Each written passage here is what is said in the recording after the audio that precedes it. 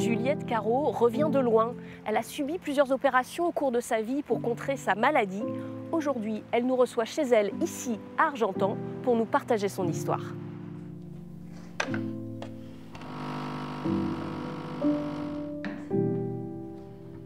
Juliette Caro, c'est pas votre vrai nom, c'est votre nom d'auteur, parce que vous avez décidé de raconter votre histoire dans un livre. En fait, qu'est-ce que c'est l'hydrocéphalie?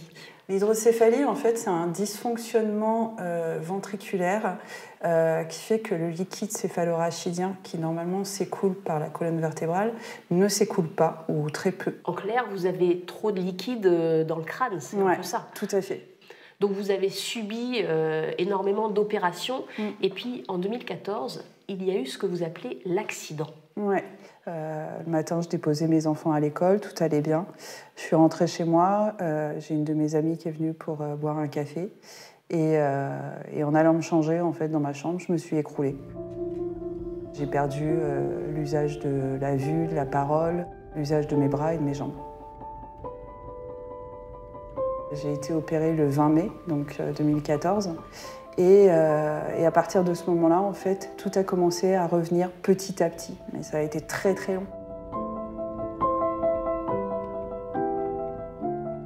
Et voilà la cicatrice, l'une des cicatrices que ça me laisse sur la tête.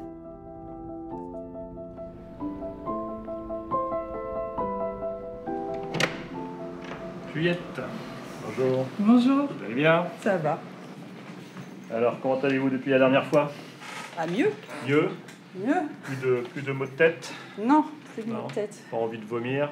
Non, si je reste statique, je vais avoir des étourdissements. Voilà, je m'assois très rapidement, quoi. Mais sinon, ça va. Bon, bah ça a l'air bien. On va quand même vérifier la pression dans la tête, si vous le voulez bien. Bah oui. Professeur Gabrel, vous qui suivez Juliette depuis de nombreuses années, pourquoi est-ce que c'est important de mesurer la pression qu'elle a dans le cerveau?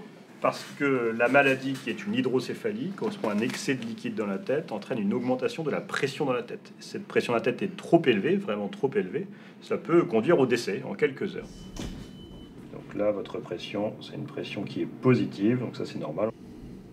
Et alors là, si je comprends bien, ce sont les valves que vous avez installées dans le cerveau de Juliette. Ce système-là, c'est la valve qui va réguler la quantité de liquide qui va sortir de la tête pour éviter que ce soit trop ou pas assez. Et le tout va finir jusque dans le cœur. On met ça dans une veine du cœur pour que ça aille dans le cœur et que ces liquides partent dans le sang. Finalement, c'est une miraculée quelque part. Oui, on peut clairement dire ça parce qu'avoir 20, 30, 40 chirurgies qui exposent à chaque fois à des complications qui peuvent être extrêmement graves, et notamment des infections du système, donc des méningites, eh bien, voir Juliette dans une aussi bonne forme maintenant me satisfait clairement, oui.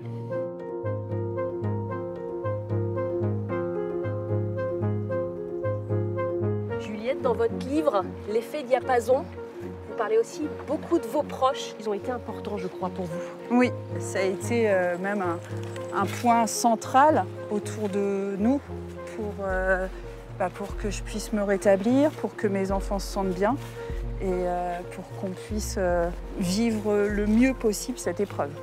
Eh bien, merci à vous d'avoir accepté de témoigner de ce combat, Juliette.